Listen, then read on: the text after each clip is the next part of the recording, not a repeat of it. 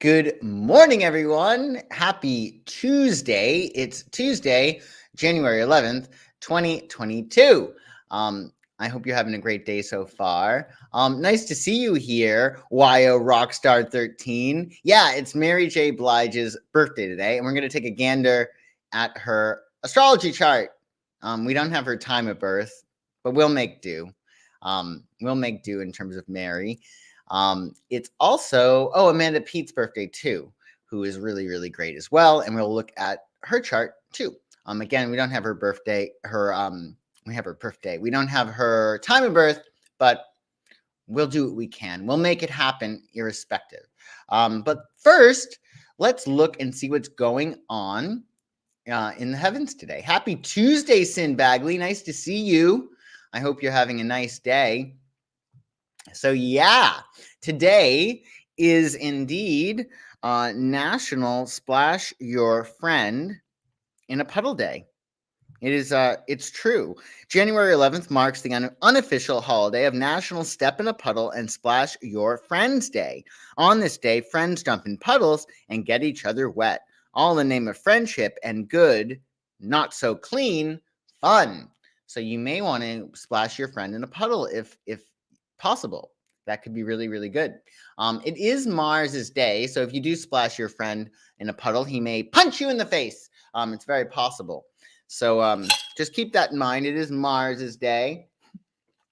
Planet of action, drive, initiative, and competition. But Taurus moon, which is ruled by Venus, so there's a nice balance today of that Mars and Venus energy. Hi. Oh, your new machine. What new machine? What new machine, Sin? That's awesome, though. Hi, Terry. Nice to see you. Good morning.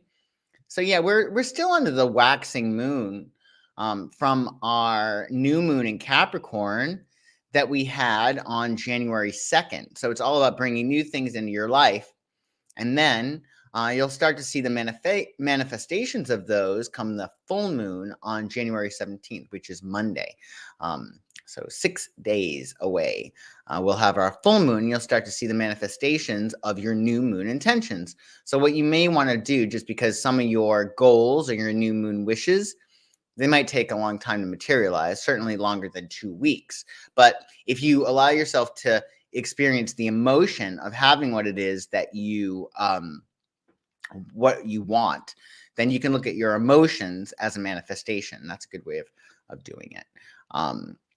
Oh, very cool. Okay, excellent. I'm glad to hear that. Your last one broke. Well, I'm glad you have a new one. That's really good. Good morning, Carrie McKim. Nice to see you. Happy Splash Your Friend in a Puddle Day. So yeah, good morning, Fran Marie. Nice to see you. So Taurus moon today, it's Mars's day. Taurus is ruled by Venus, so it's a nice balance of Mars and Venus energy. Taurus words and phrases for today include stability, security, sensuality, possessions. Taurus loves their things. Money, they love their money. Music, they really love their music. So many musicians are under the sign of Taurus. Janet Jackson, Billy Joel, Adele, Jack Johnson. So many. So get your records on. Loyal. Tauruses are loyal to a fault, they say, and also stubborn, practical, status quo, steadfast, and solid. So it is indeed a nice, stable day, and it's a great day to get some stuff done, practical results. Additionally, guys, while we're at it, if you don't mind, please like this video and subscribe to my channel. And well, let's look at what's going on tomorrow before we look at today's charts. Oh, it splashed you. Splish, splash. Yes, well, that is interesting. Well, hopefully your new one is not going to misbehave. But hey, maybe it was you celebrating Splash Your Friend in a Puddle Day subconsciously. You never know. Oh, actually, this is going on today too. National Hot Toddy Day. It's National Hot Toddy Day, which actually makes a lot of sense with Mars is square to Neptune. But I would really limit the amount of hot toddies you have with this aspect. This aspect today is a little iffy. It's a great day to move your body, especially with music, and that's even doubly so because we have the Taurus moon, which is very much musical. And with this aspect, you got Mars, which is a planet of action, drive, initiative, courage.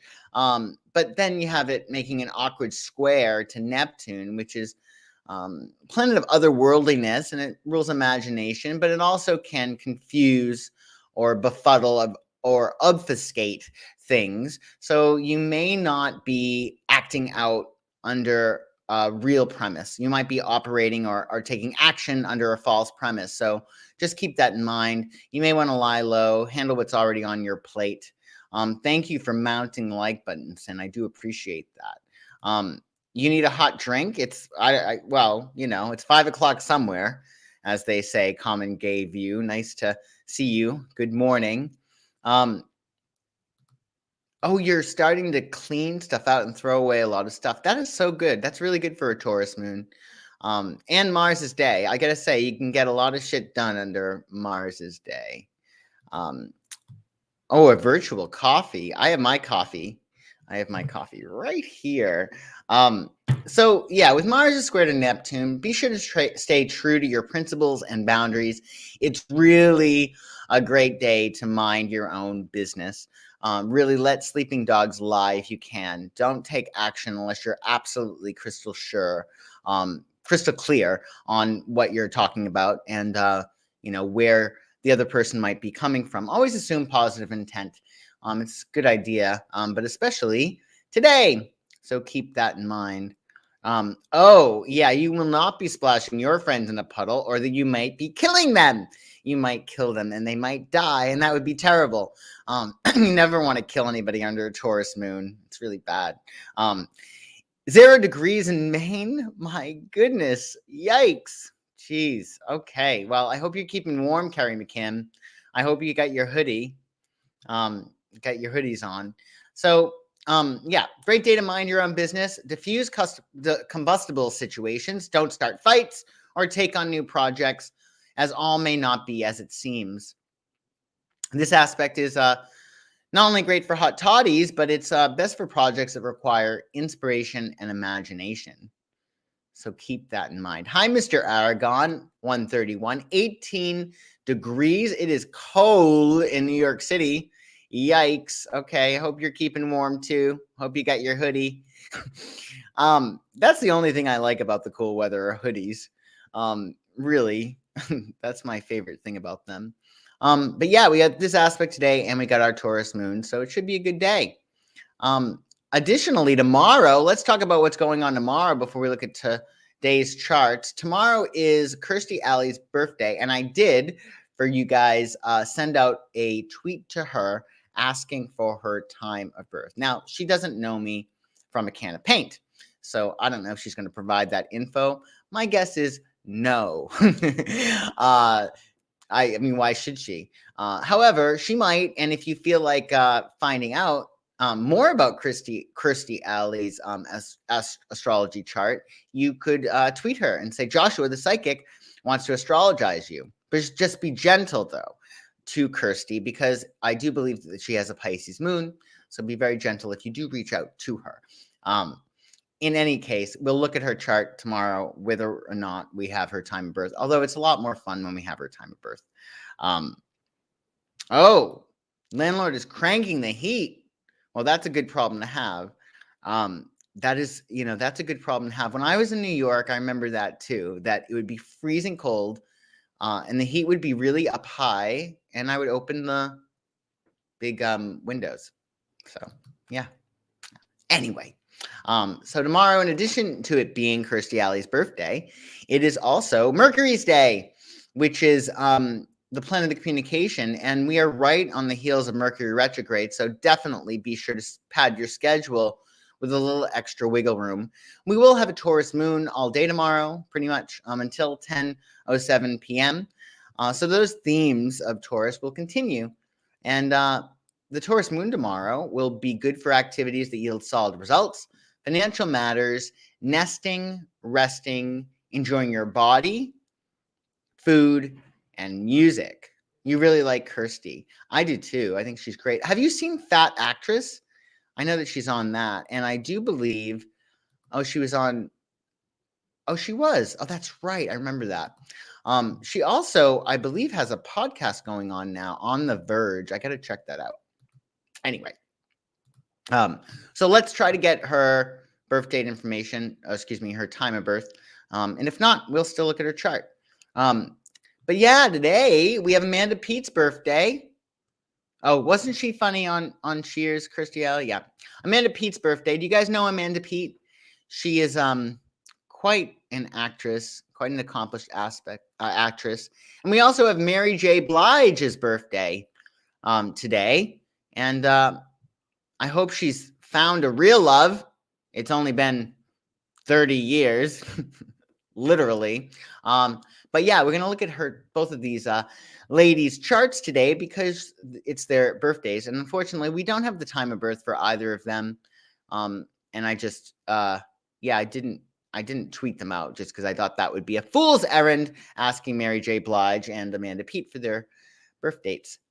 Anyway, when we look at Mary J. Blige's chart, it's really interesting. First thing I wonder is, does she really want a real love? Because her Venus is conjunct Neptune in this chart, 4 degrees, 2 degrees Sagittarius right here in the 7th house. And when Venus conjuncts Neptune, it's almost like having a Venus in Pisces, because Venus is all about love and Neptune exalts things. It really makes things otherworldly and incredibly idealistic. And it's a tough placement to have when you have Venus with Neptune, because it makes you incredibly idealistic when it comes to love, almost to the point of having super high, unrealistic expectations. And as my astrology teacher used to say, people pick their noses. So you exalt somebody to this god or goddess-like status, and they shit the bed. They let you down. And then there's a sense of being disillusioned, right? So it's a tough placement to have. So she's looking for a real love, but is she really?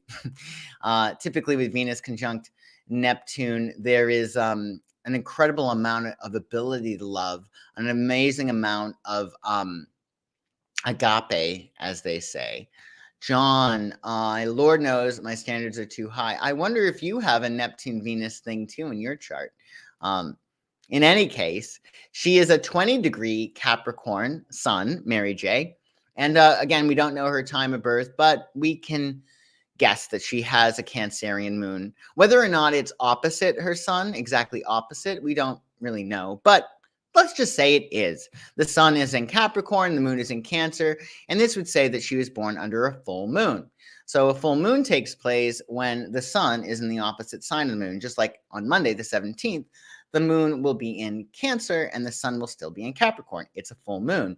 So in astrology, the sun rules the father and the moon rules the mother. So when you're born during a full moon, when the sun is in one sign and the moon is in its opposite sign, usually the parents are very divided in terms of what they want for their child.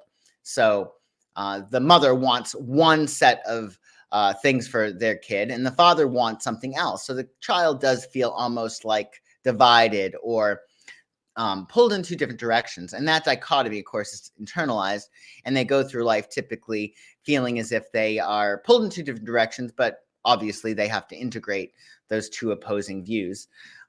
So it does look like she does have her moon opposite her sun. But again, that we don't know when on January 11th, 1971, she was born. So the wide might be too orbed to make that relevant. But we can guess that she probably has a Cancerian moon, unless she was born very late in the day.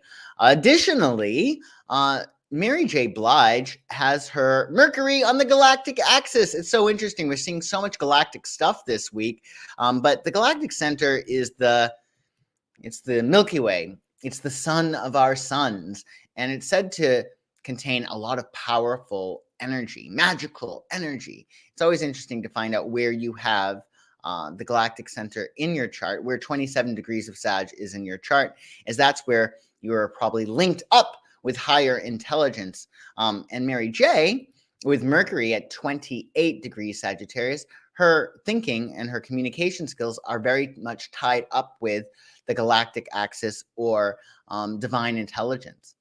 So, yeah, it's really interesting. Creative people do seem to have dichotomies.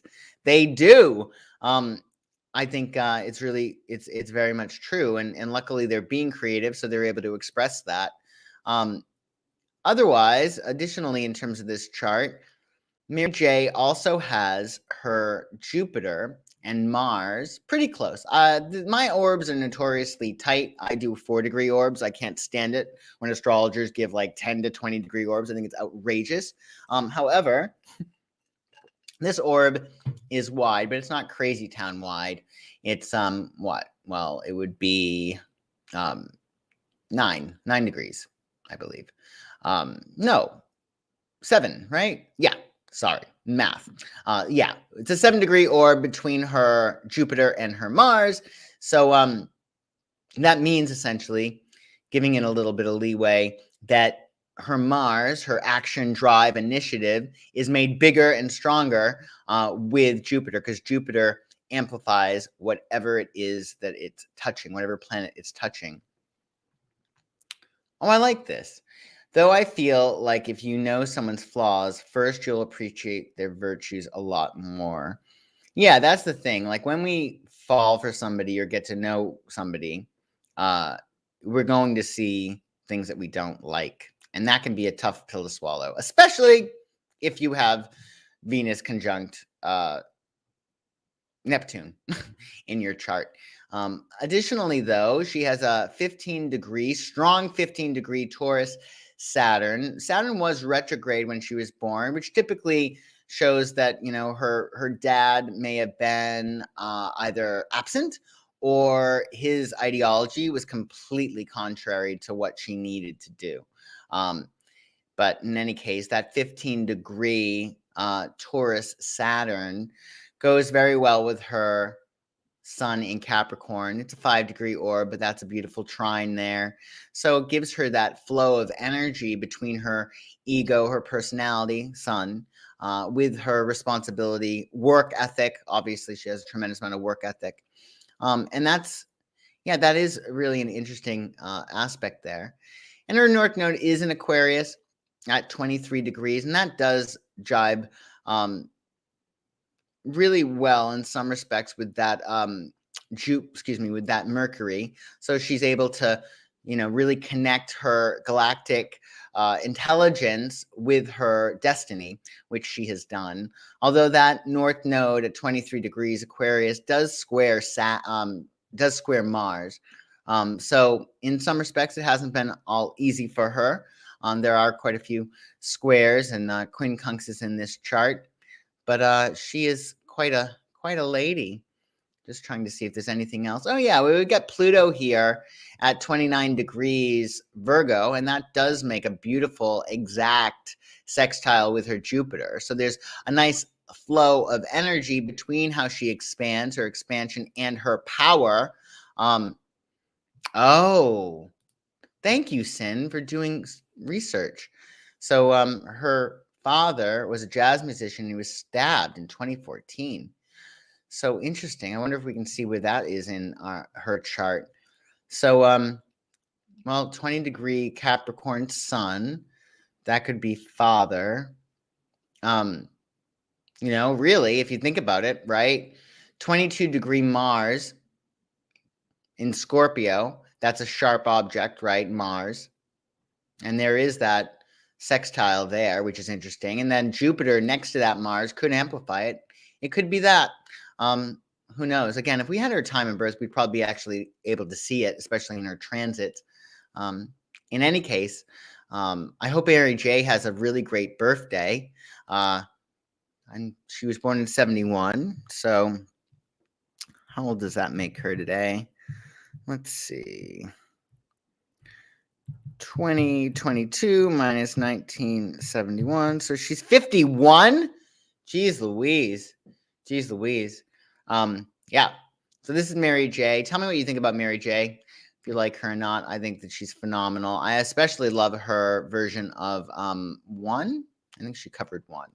And then also today we have Amanda Peet, who's just great. I love Amanda Peet. Amanda Peet, I recently got more familiar with, or within the past, I think, year, when she played Betty Broderick in the latest, well, not the latest Dirty John, but the latest Betty Broderick story. Amanda Peet, she was a really great actress. She's done so many things that they all sort of like run together in my head. But if you are interested in true crime, she does a tremendous job in the miniseries Dirty John, the Betty Broderick story. And she's just great. She's just phenomenal. So, yeah, just to give you an idea what else she has done. Her film debut was in Animal Room. She was in Something's Gotta Give, A Lot Like Love. All these things, I don't know where I know her from, but none of these movies I've seen. But yeah, Dirty John is really great. It's a Netflix series, so you can see that. Carlin! Hi, Carlin. Welcome. Happy Tuesday. We're dealing with my Betty Broderick obsession a little bit. It's on the periphery. But anyway, if you're interested in a cool miniseries, check out the Betty Broderick story with Amanda Peet. And with Amanda Peet as well, unfortunately, we don't know her time of birth. We don't know her time of birth. However, we do know that she is a 20-degree Capricorn, like Mary J. Blige, and that 20-degree Capricorn goes really, really well with her moon in Scorpio. Again, we don't know her time of birth, but we can gauge that she probably has a Scorpio moon. And that really does help because Scorpio and Capricorn are probably the most ambitious signs of the zodiac. I think actually, even though Capricorn gets the credit for being the most ambitious, I think Scorpio might be, because Scorpio is not as risk averse as Capricorn. Like Scorpio will die for what they want. Do you know what I mean? They will put themselves on the line. They will go to the limit, whereas Capricorn is a little bit more prudent, really cares. And that's why you'll see a lot of Scorpios. They usually go through drastic changes of fortune. We're talking like having millions of dollars to not being able to rub two nickels together. I think they just are extremists in everything that they do. But yeah, Amanda Peet has both in her chart. Most likely she does have a Scorpio moon, unless she was born really late on the 11th, in which case she would be a Sagittarius moon, but I don't think so. I think she has a Scorpio moon. That Scorpio moon actually does make this square to Venus, if it was around 12 p.m. when she was born.